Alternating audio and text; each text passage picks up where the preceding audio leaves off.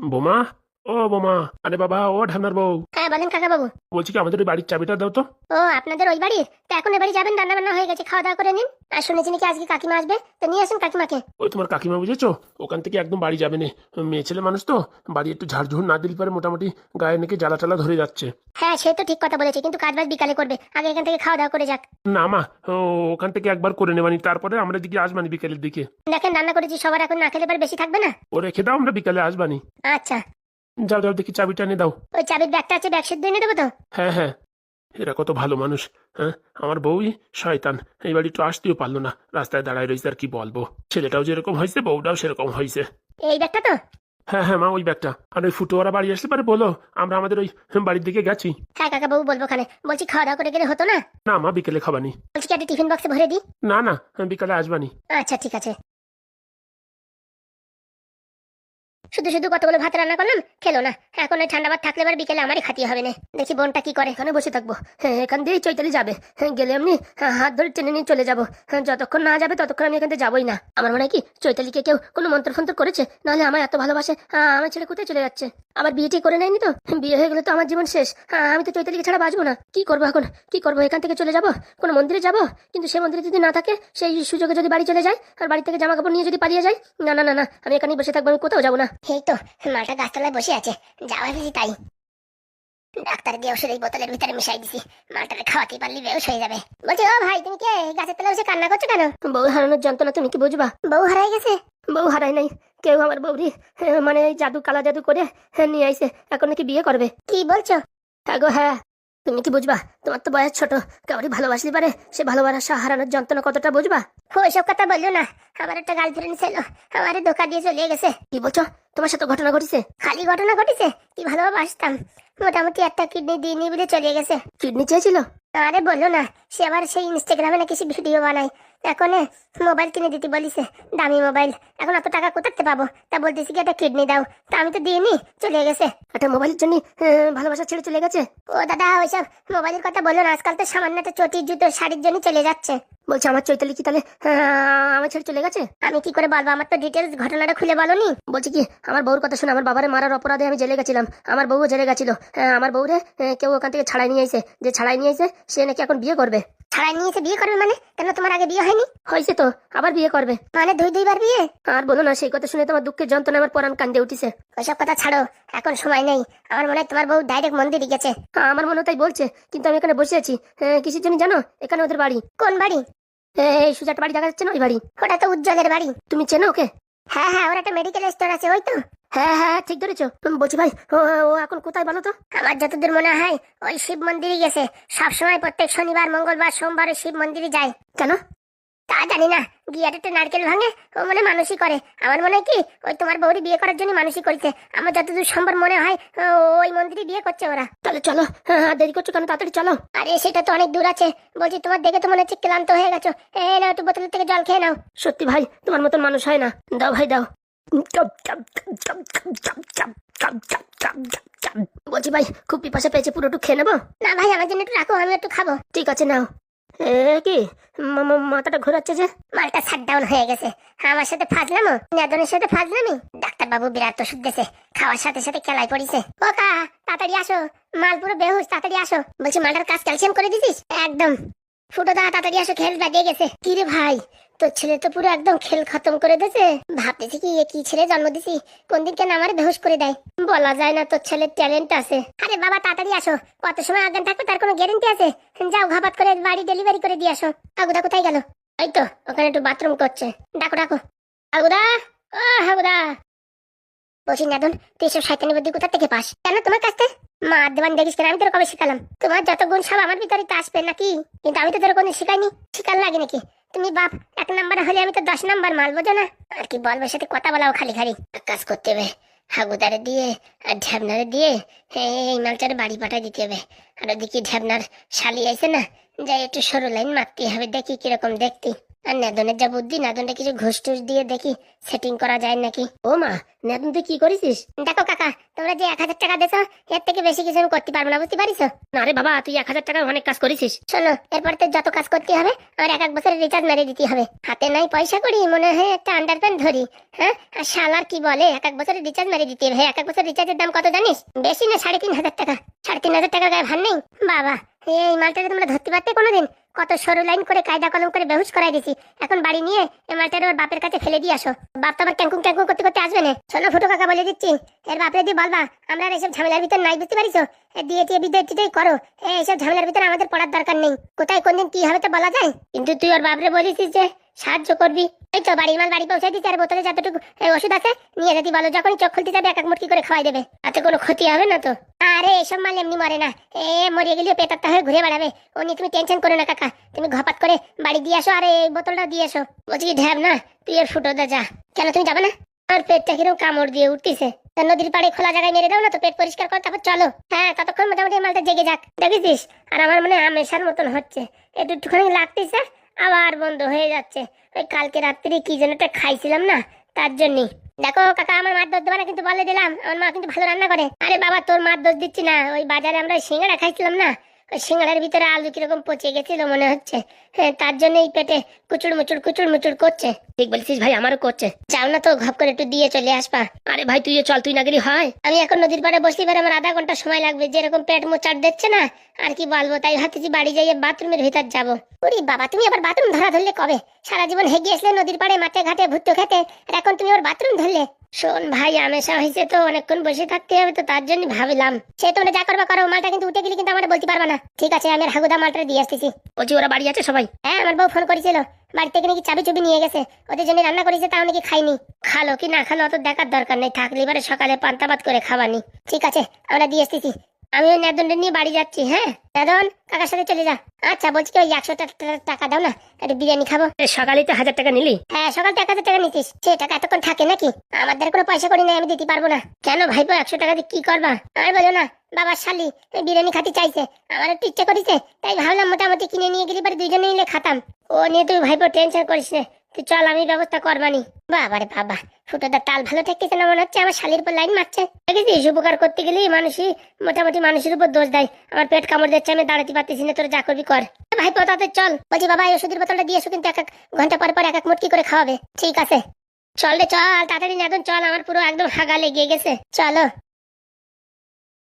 আর দাঁড়াই দেখতেছো কি, ঘপাত করে আমার মাথায় তুলে দাও। বলছি কি আমি পারবানি? আরে পারবা না, একটু জোর লাগাও। ও হয়েছে হয়েছে, জলের বোতলটা ধরো। চল ভাই চল। চলো। কি গো, তোর ভাবতাল কি? খাটের উপর পা তুলে বসছো কেন? আরে তুমি নিজ দিয়ে ছাড় দেবা, দাও, আমি এখানে বসে থাকি। ঘর পুরো নোংরা গু গু হয়ে গেছে। আরে বাবা, ঘরে লোকজন না থাকলে এরকম হবে না, তাই জন্য নারকেল বেগম ম্যাডামরা না বলে ঘরে ঢুকে পড়েছি। কোনো অসুবিধা হয়নি কি কে জানে। কি হবে, তোমার কি বিষয় সম্পত্তি বিক্রি করেছো নাকি? ও তো মামুলি আমি রাখার জন্য দেছো। তবু একবার বলা উচিত ছিল। নিজের বাড়িতে আবার বলা উচিত ছিল। বলছি ছেলেটার তো এখনো কোনো খবর পেলাম না। আসবে না আসবে না, ও মাল কোথাও যাওয়ার মাল না। আমার যতদূর মনে হয় ওই চৈতালিদের বাড়ির সামনে গিয়ে বসে রয়েছে নাকি, কে জানে। তোমার ছেলেও একটা জন্ম দিছে বটে। হ্যাঁ হ্যাঁ, আমি পেটে রাখিছি বলে এখন সব দোষ তো আমার না, তোমার কোনো দোষ নেই। আমি তো সারাদিন বাড়ি থাকতাম না, ছেলে হওয়ার পরে সারাদিন তুমি খেলা করাইছো, তুমি শিখাইছো, এবিসিডি সব কিছু তুমি শিখাইছো। এখন ওর ভালো মন্দ যা হবে সব ঘরের দোষ তোমারও হবে। হ্যাঁ হ্যাঁ, যত দোষ নন্দ ঘোষ। কথা না বলে তুমি বাইরে যে বসো, পটাপট করে ঘরটা আমি মুছে ফেলি। বলছি কি, ওদের বাড়ি যাওনি, ওরা কিন্তু খুব রাগ হয়েছে। ওরে যাবো, তাও আমি ওদের বাড়ি যাবো না। কি বলছো? আমি যে বললাম বিকেলে আমরা সবাই মিলে আসবো। তুমি যাও ঘোড়ার ডিম, আমি যাবো না। বলবা কি আমার বউ জ্বর আইছে, শুয়ে রয়েছে কাঁপতি মারিয়ে। তারপর যদি ওরা সবাই দেখতে আসে? খাই দিয়ে তো মানুষের কাজ নাই, তাদের কাজ ফেলায় আমাদের কাজের জন্য দৌড়ে বেড়াবে। দৌড়াবে না, দেখো ওদের সব কাজকর্ম ছেড়ে দিয়ে আমার ছেলেরা আন্তিক আছে। সব স্বার্থ ছাড়া মানুষ কাজ করে না। তোমার কাছে অনেক মাল করি আছে না, তাই ওই ভাগাবার তালে রয়েছে। সত্যি গিন্নি, তুমি কোনোদিন মোটামুটি ভালো হবে না যা দেখতেছি। উচিত কথা বললি দোষ, তাই না? তোর সাথে কথা বলা খালি খালি, তুইও যেরকম তোর ছেলেই সেরকম, জেলের ভিতরে ভালো ছিলি। হ্যাঁ, সে তো ভালো থাকবে না। লোকেদের বাড়িতে ড্যাং ড্যাং করে ঘুরে বেড়াচ্ছিলে, কেউ মোটামুটি কিচ্ছু বলার ছিল না। এখন বাড়ি আইছি, এখন তোমার পিছনে লাগছি তো, এখন তোমার জ্বালা থাকছে, আমি জানি না। সব বেটা ছেলে মানুষই ওই একই রকম হয়। কি বলতে চাইছো তুমি? কি বলতে চাইছি কেন তুমি বুঝতে পারছো না নাকি? হ্যাঁ, খালি খালি বাড়ি আসলাম, ওখানেই ভালো ছিলাম। ওখানে ভালো থাকবে না? সারা দেশের ফাজলামি বজ্জাতি শয়তান মানুষদের ভিতর তো ভালোই থাকবা। আমাদের সাথে ভালোভাবে থাকতে তোমার মনে তো চুলকানি হয়। ছেলেটার নামে একটু বিষয় সম্পত্তি লিখে দিলে পারে, এত দূর জিনিসটা যেত না। দেখো গিন্নি, তোমাদের ছাড়াই নিয়েছি বলে যা নাই তাই উল্টো পাল্টা কথা বলবা না, হ্যাঁ? ওইসব কথা একদম মুখে আনবা না। ও কেন বানাতে কি যে একটা মাত্র ছেলে তার বিষয় সম্পত্তি দেবে না তো কারে দেবে? হ্যাঁ তোমার ছেলে সেরকম মানে জাতের ছেলে না যে তার নামে সবকিছু এখনই আমি করে দেবো, বুঝতে পারিছো? হ্যাঁ, তা দেবা কিসের জন্য? তার জন্য তো তোমার মারতে চাই, আর মারতে চাইবেই না কেন? তুমি যে এত কিপটে তার কি বলবো? হ্যাঁ, এসব কথা না বলে তুমি তোমার কাজ করো তো, শুধু শুধু আমার মাথাটা খারাপ করে না। ফুল বাবার বাবা কি ভার। হ্যাঁ বলছি কাকা আপনাদের ছেলে ধরেন। হ্যাঁ কাকিমা আপনাদের ছেলে ধরেন। ও মা, আমার ছেলে কি হয়েছে? কথা বলছে না কেন? ও মা, আমার ছেলের কি হয়েছে? কিচ্ছু হয়নি আপনার ছেলের, অজ্ঞান করে বাড়ি আনা হয়েছে, নয়তো বাড়ি আসতো না। আমার ছেলে কিছু হবে না তো? মাথায় টাতে বাড়ি দাওনি তো?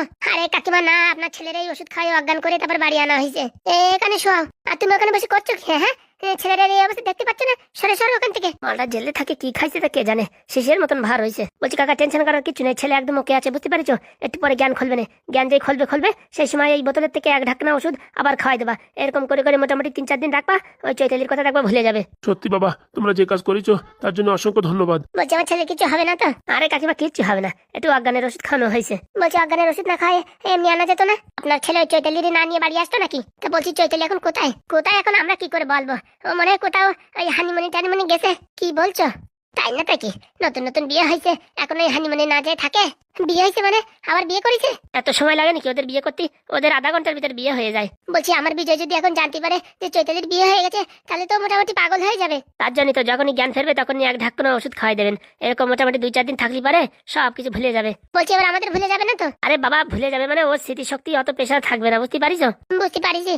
তা বলছি কাকিমা, আমাদের বাড়ি গেলেন, বাড়ির সামনে দিয়ে চলে আসলেন, অথচ আমাদের বাড়ি গেলেন না, আর দুমুটো খেলেন না, এরকম চলে আসলেন যে? আর বলো না বাবা, ভাবছিলাম যাবো, তারপর বাড়ি এত নোংরা বলে ঘপাঘপ করে চলে আইছি, আর দাঁড়াইনি। আর তোমার বউ তো এত ভালো, গেলে পরে না খাওয়া ছাড়বে না, তার জন্য আর যাইনি, বুঝতে পেরেছো? কিছু মনে করো না, ঠিক আছে? পরে এক সময় গিয়ে খাওয়া দাওয়া করে এসো। আচ্ছা বাবা, ধরো এই ওষুধটা ধরো। বলছি সকালে বিকালে খাওয়াবো? না না, যখনই জ্ঞান ফেরবে তখনই খাওয়াবা, মোটামুটি ওর জ্ঞান ফিরতে দেওয়া যাবে না। আচ্ছা তাহলে এখন আমরা আসি। হ্যাঁ আচ্ছা, আবার এসো। ঠিক আছে কাকাবাবু, আসি তাহলে। আচ্ছা বাবা, আবার এসো। আপনি কখন আসবেন? এই তো বিকেলের দিক ঘুরতে ঘুরতে আসবানি। ঠিক আছে আসি তাহলে। যাক বাবা, আপদ বিদায় হলো। আসি কাকাবাবু। ঠিক আছে।